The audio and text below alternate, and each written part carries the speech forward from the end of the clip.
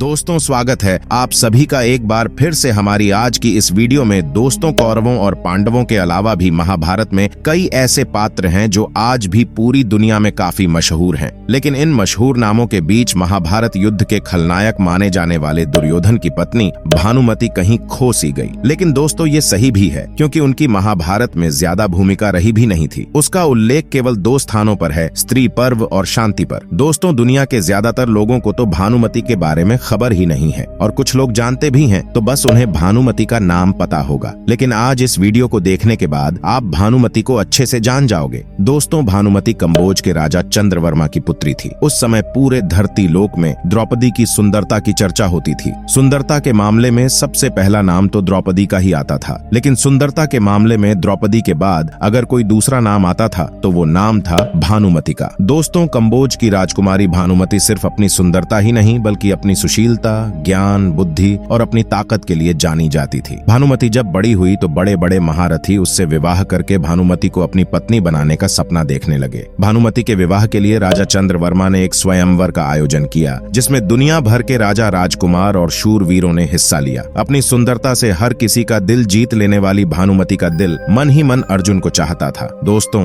भानुमति को उम्मीद थी कि अर्जुन भी स्वयंवर में आएंगे और वो उन्हें अपना पति चुन लेंगी। लेकिन अर्जुन किसी कारणवश इस स्वयंवर में नहीं आए। भानुमति वरमाला लेकर स्वयंवर के लिए आए। एक से बढ़कर एक पुरुषों के सामने से गुजरने लगी, लेकिन उनकी नजरें जिसे ढूंढ रही थी वो वहां नहीं मिला। इस स्वयंवर में दुर्योधन भी आया हुआ था। दोस्तों, दुर्योधन पहली नजर में ही भानुमति पर मोहित हो गया और उसने हर कीमत पर भानुमति को अपनी रानी बनाने का फैसला भी कर लिया था। लेकिन जब भानुमति दुर्योधन के पास आई तो भानुमति दुर्योधन को नजरअंदाज करके आगे बढ़ा गई। दुर्योधन को खुद की ये उपेक्षा बर्दाश्त नहीं हुई और उसने जबरदस्ती बलपूर्वक भानुमति के हाथों वरमाला अपनी गर्दन में डलवा ली। इस हरकत से स्वयंवर में आए हुए दूसरे राजाओं और दरबारियों ने दुर्योधन का विरोध करना शुरू कर दिया, जिसके बाद दुर्योधन ने इनमें से हर एक को चुनौती दे डाली कि अगर किसी ने भी युद्ध में उनके मित्र कर्ण को पराजित कर दिया तब वो भानुमति को छोड़ देंगे। लेकिन अगर ऐसा नहीं हुआ तो वो फिर भानुमति से ब्याह रचाकर उसे हस्तिनापुर ले जाएंगे। दोस्तों, कर्ण दुर्योधन के बेहद खास मित्र थे, इसीलिए वो अपनी मित्रता की खातिर इस काम में भी दुर्योधन का साथ दे रहे थे। भानुमति से विवाह की इच्छा रखने वाले योद्धाओं ने एक एक करके कर्ण को चुनौती देना शुरू किया और कर्ण सभी को धूल चटाते रहे। अंत में जरासंध ने कर्ण को चुनौती दी। कर्ण और जरासंध में काफी लंबा युद्ध चला, लेकिन अंत में कर्ण ने जरासंध को भी पराजित कर दिया। कर्ण से मिली यह हार जरासंध के लिए जीवन की पहली हार थी। सभी योद्धाओं को हराने की खुशी में दुर्योधन ने अपने मित्र कर्ण को मालिनी राज्य उपहार स्वरूप दे दिया। अब दुर्योधन का विरोध करने वाला कोई नहीं बचा था, जिसके बाद दुर्योधन भानुमति को लेकर हस्तिनापुर आ गया। दोस्तों, दुर्योधन की इस हरकत से चंद्रवर्मा अत्यंत दुखी हुए और भानुमति भी इस पूरे घटनाक्रम से बेहद दुखी थी। हस्तिनापुर आने के बाद दुर्योधन ने भानुमति से विवाह रचा लिया। भानुमति अपने साथ अपनी एक अत्यंत सुंदर सहेली को भी लेकर आई थी। भानुमति की सहेली उनकी बेहद खास थी और वह उसे कभी भी खुद से दूर नहीं करना चाहती थी। दुर्योधन ने अपनी पत्नी की प्रिय सहेली का विवाह अपने प्रिय मित्र कर्ण से करवा दिया। भानुमति थोड़े दिन तक तो दुर्योधन से नाराज रही, लेकिन दोस्तों, अंत में उन्होंने दुर्योधन को अपना पति स्वीकार कर लिया और फिर दोनों पति पत्नी की तरह साथ रहने लगे। भानुमति सुंदर और बुद्धिमान होने के साथ साथ अपने पति दुर्योधन की तरह ही बलशाली भी थी। भानुमति कुश्ती की माहिर खिलाड़ी थी। सती पर्व के अनुसार भानुमति खेल खेल में अपने पति दुर्योधन के साथ कुश्ती खेला करती थी और कई बार भानुमति अपने पति दुर्योधन को कुश्ती खेल में हरा भी देती थी। लेकिन जब भानुमति दुर्योधन के पास आई तो भानुमति दुर्योधन को नजरअंदाज करके आगे बढ़ा गई। दुर्योधन को खुद की ये उपेक्षा बर्दाश्त नहीं हुई और उसने जबरदस्ती बलपूर्वक भानुमति के हाथों वरमाला अपनी गर्दन में डलवा ली। इस हरकत से स्वयंवर में आए हुए दूसरे राजाओं और दरबारियों ने दुर्योधन का विरोध करना शुरू कर दिया, जिसके बाद दुर्योधन ने इनमें से हर एक को चुनौती दे डाली कि अगर किसी ने भी युद्ध में उनके मित्र कर्ण को पराजित कर दिया तब वो भानुमति को छोड़ देंगे। लेकिन अगर ऐसा नहीं हुआ तो वो फिर भानुमति से ब्याह रचाकर उसे हस्तिनापुर ले जाएंगे। दोस्तों, कर्ण दुर्योधन के बेहद खास मित्र थे, इसीलिए वो अपनी मित्रता की खातिर इस काम में भी दुर्योधन का साथ दे रहे थे। भानुमति से विवाह की इच्छा रखने वाले योद्धाओं ने एक एक करके कर्ण को चुनौती देना शुरू किया और कर्ण सभी को धूल चटाते रहे। अंत में जरासंध ने कर्ण को चुनौती दी। कर्ण और जरासंध में काफी लंबा युद्ध चला, लेकिन अंत में कर्ण ने जरासंध को भी पराजित कर दिया। कर्ण से मिली यह हार जरासंध के लिए जीवन की पहली हार थी। सभी योद्धाओं को हराने की खुशी में दुर्योधन ने अपने मित्र कर्ण को मालिनी राज्य उपहार स्वरूप दे दिया। अब दुर्योधन का विरोध करने वाला कोई नहीं बचा था, जिसके बाद दुर्योधन भानुमति को लेकर हस्तिनापुर आ गया। दोस्तों,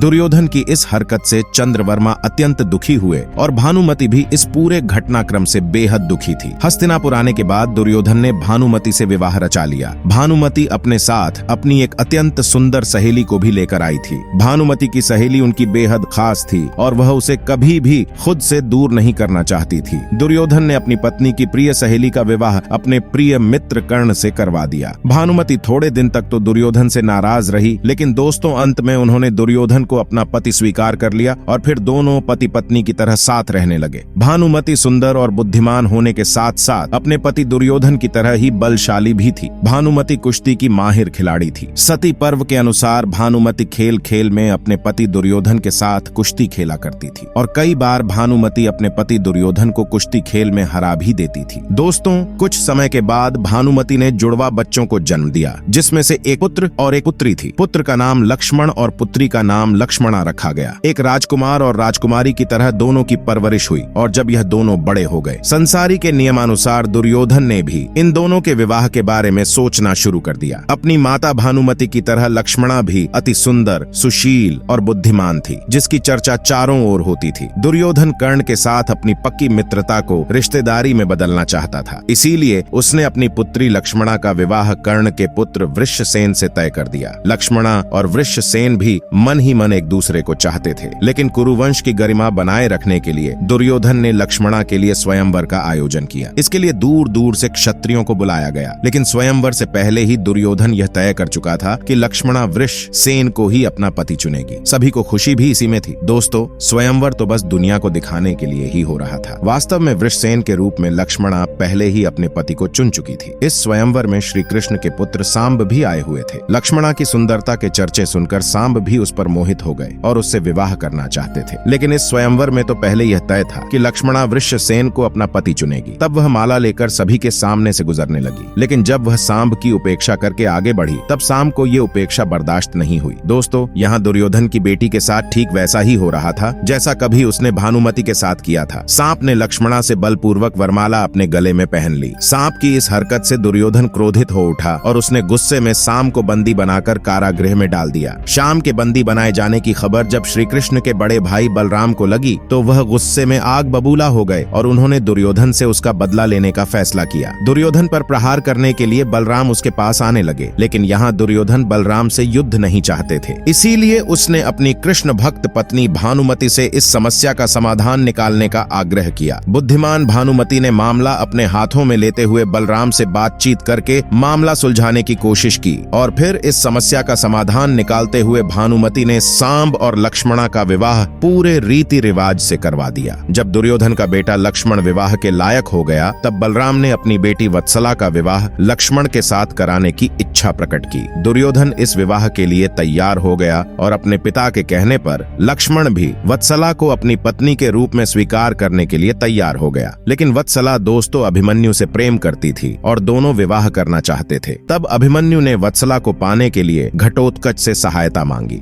अभिमन्यु की सहायता करते हुए घटोत्कच ने दुल्हन का रूप धारण कर लक्ष्मण को इतना डराया कि लक्ष्मण ने कभी विवाह न करने की कसम खा ली। दोस्तों, महाभारत युद्ध की समाप्ति के बाद जनजीवन सामान्य होने लगा और फिर भानुमति ने कुछ ऐसा किया जिसे कि इतिहास में उसका नाम हमेशा हमेशा के लिए अमर हो गया। महाभारत युद्ध में दोनों पक्षों को भारी नुकसान झेलना पड़ा था, जिसके आभास दोनों पक्षों को था और ये दोनों ही इस दुश्मनी को खत्म करना चाहते थे। उस समय ऐसी प्रथा थी कि दो पक्षों के बीच विवाह हो जाए तो दोनों के बीच दुश्मनी हमेशा के लिए खत्म हो जाती है। तो दोस्तों, ऐसे में दुर्योधन की तो मृत्यु हो ही चुकी थी। भानुमति ने दुश्मनी को खत्म करने के लिए अर्जुन से विवाह करने का फैसला किया। अर्जुन भी विवाह के लिए तैयार हो गए। अर्जुन और भानुमति विवाह के बंधन में बंध गए और इस विवाह के साथ ही कौरव और पांडव के बीच की दुश्मनी भी खत्म हो गई। दोस्तों, भानुमति ने दो कुंभों को जोड़कर एक कर दिया। यहीं से एक कहावत बनी, कहीं की ईंट कहीं का रोड़ा। भानुमति ने कुंभा जोड़ा। तो दोस्तों, आज की वीडियो में बस इतना ही। वीडियो आपको कैसी लगी हमें जरूर बताइएगा। इसी के साथ इस वीडियो को लाइक करें, शेयर करें और चैनल को सब्सक्राइब करें। आप सभी का बहुत बहुत धन्यवाद।